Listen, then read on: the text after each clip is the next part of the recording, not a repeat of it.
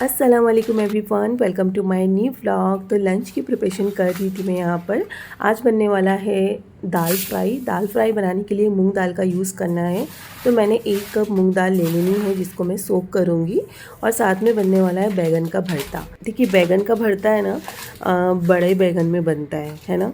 तो मेरे पास छोटे छोटे बैगन है, मैं इसी से बनाऊँगी। मेरे अम्मी ऐसे ही बनाते थे, मेरे को आज भी याद है। छोटे छोटे बैगनों से भरता बनाते थे और बहुत मज़े का भी लगता था। और आलू भी डालते थे। मोस्टली आलू नहीं डालते हैं भरते में, लेकिन मेरी अम्मी डालते थे आलू। तो मैं सेम रेसिपी फॉलो करूँगी और शेयर करूँगी आप लोगों से। तो सबसे पहला बैगनों को चेक करना ज़रूरी होता है, क्योंकि इसमें ना कीड़े वगैरह होते हैं।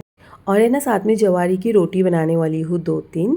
वैसे दाल फ्राई के साथ है ना, गेहूं के आटे के जो पराठे बनते हैं ना, वो बहुत मज़े के लगते हैं। लेकिन मैंने नहीं पराठे बनाने गेहूं के, मेरे को जवारी की रोटी बनानी है। वैसे जवारी की रोटी मुझे बनानी आती नहीं है, कभी कभी ट्राई करती हूँ, कभी ठीक बनती है।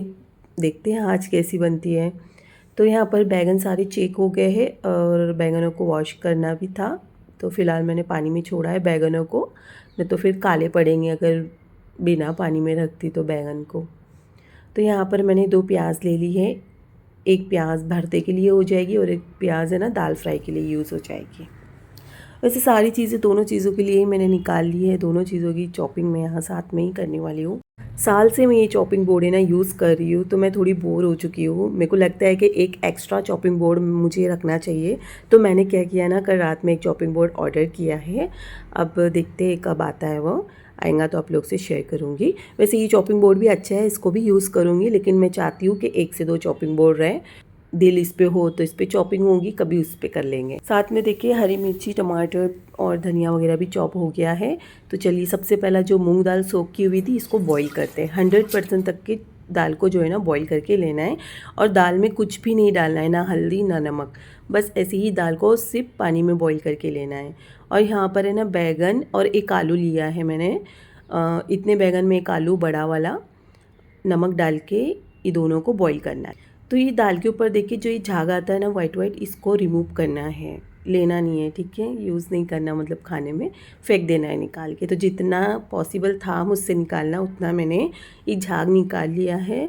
और दाल भी बस अभी थोड़ी थोड़ी बॉईल हो रही है। यहाँ पर बैगन में स्टीम आ रही है, तो मैंने कवर कर दिया बैगनों को। और यहाँ पर दाल देखिए 100% बॉईल हो गई है। देखिए दाल को चिकना नहीं करना है, ऐसी देखिए बॉईल हो गई है, लेकिन छड़ी छड़ी दिख रही है दाल। और ये वाली दाल की रेसिपी जो है ना, बहुत ही इजी और टेस्टी रेसिपी है। और यही एक लौती दाल है जिसके साथ मेरे बिल्कुल भी नाटक नहीं होते हैं। मतलब राइस या पराठों के साथ भी दाल को मैं खा सकती हूँ। सबसे पहला ऑयल में ना ज़ीरा लेकर फ्राई कर लो, फिर उसके अंदर जो प्याज मैंने स्लाइस में काटी थी वो प्याज इसमें ना गोल्डन ब्राउन करके ले लेना है। देखिए यहाँ पर बैगन और आलू भी बॉईल हो गए हैं, तो मुझे फ्लेम ऑफ कर देनी चाहिए, क्योंकि इतना बॉईल किया है काफ़ी है। देखिए नाइफ जो है ना अंदर जा रही है, बैगन भी बॉईल हो गए हैं। और यहाँ पर देखिए प्याज भी फ्राई हो गई है गोल्डन ब्राउन मतलब। और फिर मैंने इसमें ना चॉप किया हुआ लहसुन ऐड किया है। और फिर मैंने इसमें 1 टमाटर बारीक चॉप करके डाला, कड़ी पत्ते भी डाले हैं। ये दाल में ना कड़ी पत्ते का फ्लेवर बहुत अच्छा आता है। ढककर मैंने ये टमाटर और प्याज को ना सॉफ्ट करके ले लिया था। फिर उसके बाद है ना मैंने इसमें डालना था सूखे मसाले, जिसमें था लाल मिर्ची, धनिया पाउडर, हल्दी, गरम मसाले की पाउडर और नमक। सूखे मसाले भुनने के बाद फिर मैंने इसमें 2-3 हरी मिर्चियाँ डालनी थी, फिर थोड़ा सा पानी ऐड करके अब ये मसाले को ना भून लेते एक बार और यहाँ पर बैगन देखिए उबल चुके हैं, तो मैं हाथ से ही निकाल रही थी। क्योंकि थोड़े बहुत ठंडे हो गए थे, लेकिन थोड़े बहुत गर्म भी थे, तो डंडियाँ पकड़ के हाथ से निकाल रही थी मैं। मसाला बहुत अच्छे से भूनने के बाद फिर मैंने इसमें बॉईल दाल डाल दी, धनिया वगैरह डाल के। अब इसको चले मिला लेते हैं और थोड़ी देर के लिए कुक करती हूँ। और ये दाल आप लोग भी एक बार ज़रूर से बनाइएगा, बहुत टेस्टी बनती है, बहुत मज़े की भी होती है। पता है कोई सब्ज़ी तरकारी बनाने की भी आपको ज़रूरत नहीं हो अगर इस टाइप की दाल अगर आप लोग बनाते हो तो बस गर्मा गर्म पराठे बनाओ। पराठे और अचार के साथ ये दाल को एंजॉय करना बहुत ज़्यादा पसंद आएंगे आप लोगों को। अच्छा, मैं यहाँ पर है ना बैगनों की जो डंडी होती है ना वो रिमूव करके और इसके अंदर आलू डाल के हाथ से मैं मैश कर रही हूँ। मतलब स्पून लिया है मैंने मैश करने के लिए। ऐसा जाड़ा मोटा मैश कर लेना है। हाँ, और अभी भरता बनाने के लिए सबसे पहला ऑयल चाहिए होगा। उसके अंदर मैंने ज़ीरा डाल दिया। ज़ीरा तो जैसे ही फ्राई होने को लगा उसके अंदर मैंने चॉप प्याज ऐड कर ली।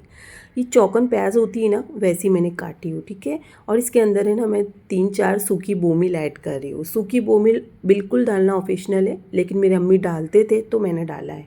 बोमिल को मैंने प्याज के साथ ही फ्राई करके ले ली। फिर थोड़ा सा पेस्ट इसमें मैंने अदरक लहसुन का ऐड किया। बहुत थोड़ा सा पेस्ट डालना है, ज़्यादा नहीं। फिर साथ में ना मैंने एक टमाटर छोटा छोटा काट के वो भी डाल दिया। टमाटर प्याज सॉफ्ट होने के लिए मैंने ढक दिया था।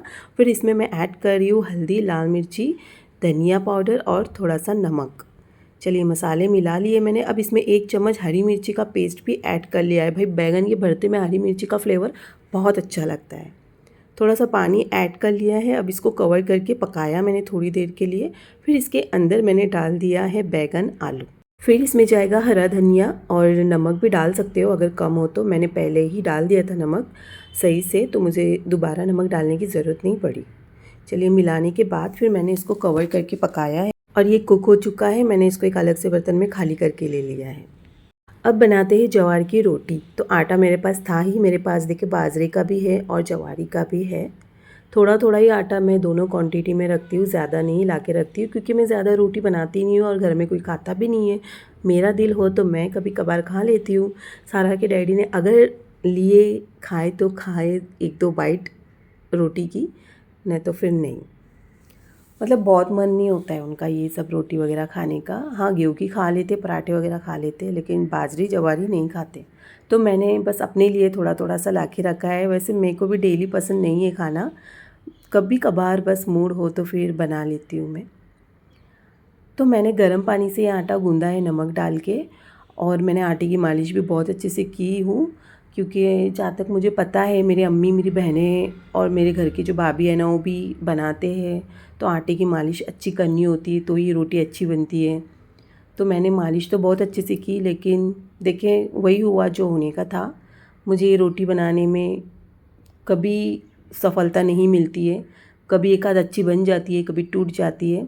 लास्ट टाइम बनाई थी तो अच्छी बनी थी, मतलब ठीक ठाक बनी थी। इससे तो काफ़ी ठीक ठाक बनी थी, लेकिन देखिए ये वैसी बनी जैसी नहीं बनना चाहिए था। खैर जैसी भी है, लेकिन मैंने इसको सेकना है अच्छे से। हाँ, थोड़ी बहुत कड़क बनेंगी। पता नहीं यहाँ पर क्या मिस्टेक हुई है। मुझे ना एक्चुअली जो हाथ घुमाना चाहिए ना वो ठीक से घुमाते नहीं आता है रोटी के ऊपर। कोशिश बहुत करती हूँ। देखिए ये रोटी को तवे पे सेकने के बाद आँच पे भी थोड़ा बहुत सेक लिया मैंने। उफ़, ये रोटी बनाना पता नहीं मैं कब सीखूँगी। मुझे लगता है ना कि गेहूँ की रोटी बना लेती हूँ मैं, क्योंकि अब उस पे मेरा हाथ जो बैठ गया है, क्योंकि बार बार बनाने में आती है और ये रोटी बार बार नहीं बनाती हूँ। शायद इस वजह से मेरा हाथ इस पे नहीं बैठा है। अगर ट्राई करती रहूँगी हर 1-2 दिन में तो शायद बनानी आ जाए। यहाँ पर मेरे ज़ुहान ने भी छोटी रोटी बनाई, बोलता है कि मम्मी इसको भी मुझे बना के दो। बट रोटी जैसी भी बनी हो, कोशिश तो की हूँ मैंने।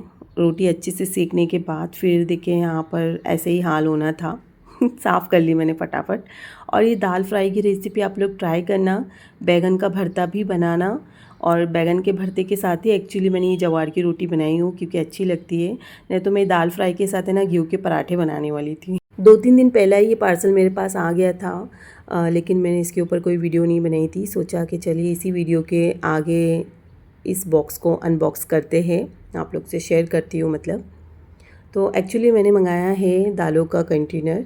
आप लोग देखेंगे तो समझ जाएंगे कि ये मैंने कौन सा वाला दालों का कंटेनर ऑर्डर किया है। शायद आप लोगों में से भी बहुत सारे लोगों की ख्वाहिश होंगी ऐसा वाला दाल कंटेनर लेने की, तो आप लोग ले सकते हो। बजट में ही इसका प्राइस है। अगर प्राइस आपको जाननी हो तो मुझे आप लोग कमेंट्स करें, मैं आप लोगों को प्राइस बता दूँगी। तो मैंने इसको बॉक्स से बाहर निकाल दिया है और इसकी पैकिंग डबल थी की हुई, मतलब बहुत अच्छे से पैकिंग की हुई थी कि चीज़ सेफ़ रहे। मैंने ये ना कुछ दिन पहले ऑर्डर की थी, तो 2-3 दिन पहले मेरे पास ये पार्सल रिसीव हुआ। मतलब 1 हफ़्ते में ये पार्सल मेरे पास आया और अब मैं इसकी प्राइस देख रही हूँ ना, तो 100-200 रुपए ऊपर बढ़ गए। लेकिन चीज़ अच्छी है, अगर लेना चाहते हो तो ले सकते हो। 6 टाइप की दालें इसमें आ जाती है। 6 किलो का ये कंटेनर है, तो आप इसमें 1-1 केजी दाल इसमें डाल सकते हो। तो मैं यहाँ पर है ना चेक कर रही थी कि सारी चीज़ें एकदम परफेक्ट है या नहीं, मतलब ये घूमता है और इसके जो बटन होते हैं ना प्रेस करने वाले, वो भी मैं चेक कर रही थी। मेरे प्लेटफॉर्म पे ना कोई और स्पेस नहीं है इसे रखने के लिए, तो फ़िलहाल मैं इसको एयर फ्राई के ऊपर रखने वाली हूँ। डीमार्ट से कुछ दिन पहले राशन भराया था, तो माशाल्लाह दालों के सारे कंटेनर फुल हो गए थे, लेकिन ये ना पैकेटों में थोड़ी थोड़ी दाल बच ही जाती है, तो मुझे ये पैकेट ऐसे ही क्लिप लगा के रखने होते हैं। तो बस इसीलिए मैंने ये ऑर्डर की थी कंटेनर की, जो बची हुई दालें रहेगी वो इसमें आ जाएगी। अब मैं ये सोच रही हूँ कि इसको जब वॉश करना हो तो मैं कैसे करूँगी। फ़िलहाल तो देखिए मैंने है ना इसको सूखे कपड़े से साफ़ करके ले ली, फिर इसमें दालें डाल दी। कोई ना कोई तरीका निकालना ही होगा कि इसको वॉश आखिर कैसे करें। कभी इसको वॉश करना हो ना तो आप लोग से शेयर करूँगी। फ़िलहाल तो देखो इसको मैंने क्लीन कर लिया था अच्छे से कंटेनर को, फिर इसमें चीज़ें डाली हूँ मैंने। थोड़े से लौंग इसमें डाले ताकि दालों में कीड़े ना पड़े, इसलिए इसे रखने के लिए तो स्पेशल चीज़ बनी हुई थी, तो वही लौंग डाली हूँ। और देखिए अच्छे से ना काम कर रहा है, यानी कि वर्क कर रहा है, ये घूम तो अच्छे से रहा है। अब ये भी चेक कर लेती हूँ कि इसके जो बटन है वो प्रेस हो रहे हैं या नहीं। तो हो रहे हैं, अच्छे काम कर रहा है। कि देखिए दालें निकल रही है, मतलब अच्छा है ना, जितनी दाल बनानी हो उतनी दाल ऐसी ले ले, है ना। और काम में ज़्यादा आसानी हो जाएगी मेरे अभी मतलब मज़ा भी आ रहा है मुझे, तो न्यू न्यू चीज़ यूज़ करने बहुत अच्छा लगता है। देखिए मैंने इसको एयर फ्राई के ऊपर रख दिया है और यहाँ पर एकदम परफेक्ट भी आ चुका है। अब जब भी मुझे एयर फ्राई यूज़ करना हो ना, तो इसको वैसे मैं हटाऊँगी, फिर एयर फ्राई यूज़ करूँगी, नहीं तो फिर गर्म से ये प्लास्टिक है फट जाएगा, इसके लिए कह रही हूँ।